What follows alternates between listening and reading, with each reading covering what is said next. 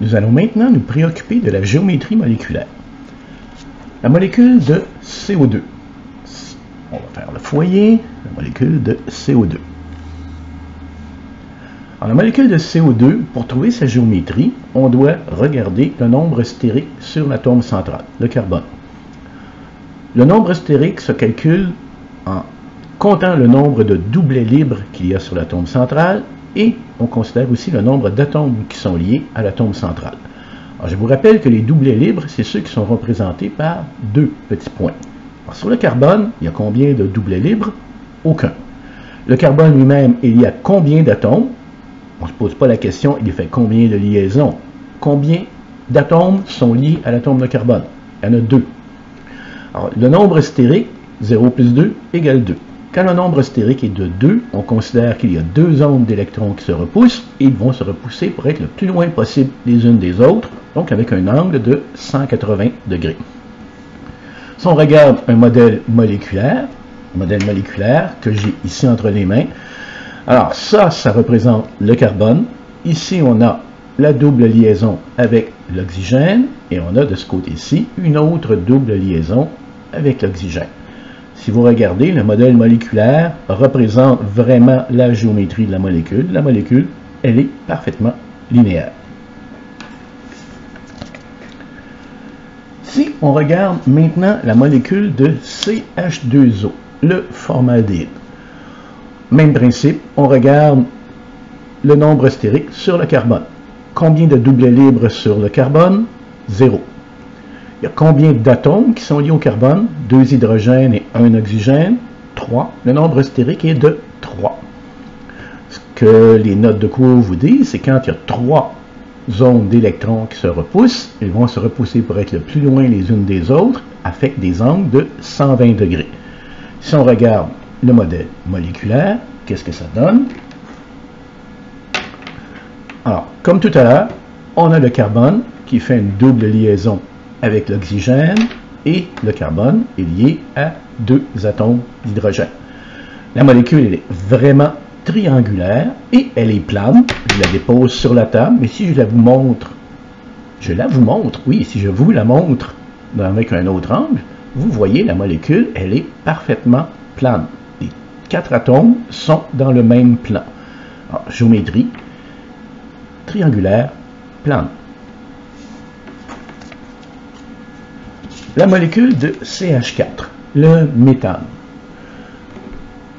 Le nombre stérique sur l'atome de carbone, il n'y a toujours aucun doublet libre sur le carbone et le carbone est lié à 4 atomes d'hydrogène en un nombre stérique de 4. Dans ce temps-là, quand on a un nombre stérique de 4, les angles ne sont pas seulement à 90 degrés. Ils vont se repousser pour être plus loin dans l'espace à 3 dimensions. Ça donne des angles de 109 degrés, 5. Alors, si je vous montre le modèle moléculaire correspondant, voici ce que ça donne. Alors, on vous le montre sur plein d'angles et probablement le meilleur pour le voir, c'est comme ceci. Alors, vous avez l'atome de carbone qui est lié à un atome d'hydrogène et à un autre atome d'hydrogène. Ces 3 atomes-là sont dans le même plan. Mais les 2 hydrogènes que je tiens ici sont dans un plan différent. Et si je dépose la molécule sur la table, le carbone, ici, ne touche pas à la table, mais il est vraiment surélevé. Alors, c'est ça la géométrie tétraédrique. C'est vraiment en 3 dimensions. Alors, qu'est-ce qu'on a essayé de représenter ici? Le carbone et 2 hydrogènes sont dans le même plan. Cet hydrogène, le carbone et le carbone.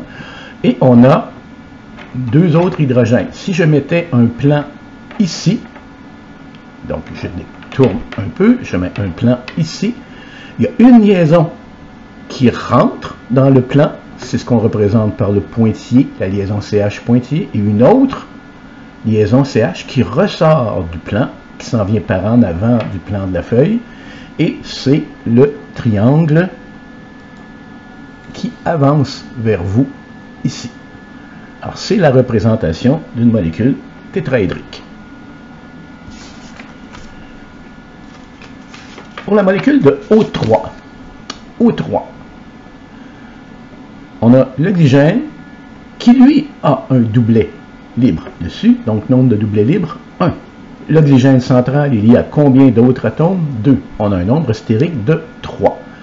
Alors, je vous rappelle, quand on a un nombre stérique de 3, comme tout à l'heure pour le formaldéhyde, les électrons se repoussent pour être le plus loin possible les uns des autres à 120 degrés. Mais cette fois-ci, donc, les angles sont de 120 degrés, mais c'est un doublet libre qu'il y a sur l'atome d'oxygène.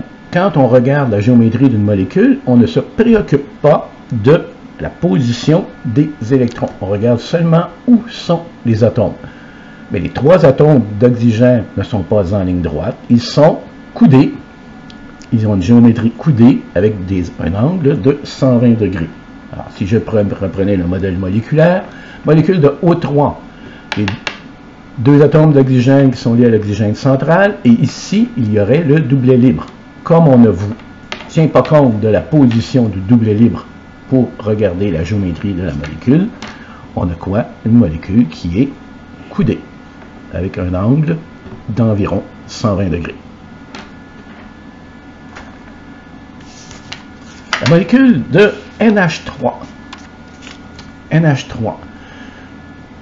Il y a un doublet libre sur l'azote, nombre 1, et l'azote est lié à 3 atomes.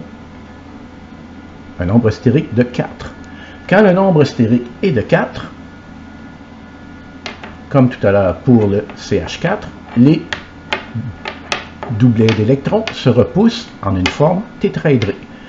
Maintenant, cette fois-ci, il n'y a pas 4 atomes qui sont liés à l'azote, il y en a seulement 3. Alors, les électrons se repoussent toujours de façon à être tétraédriques, mais on ne voit pas ce doublet-ci quand on regarde la géométrie de la molécule.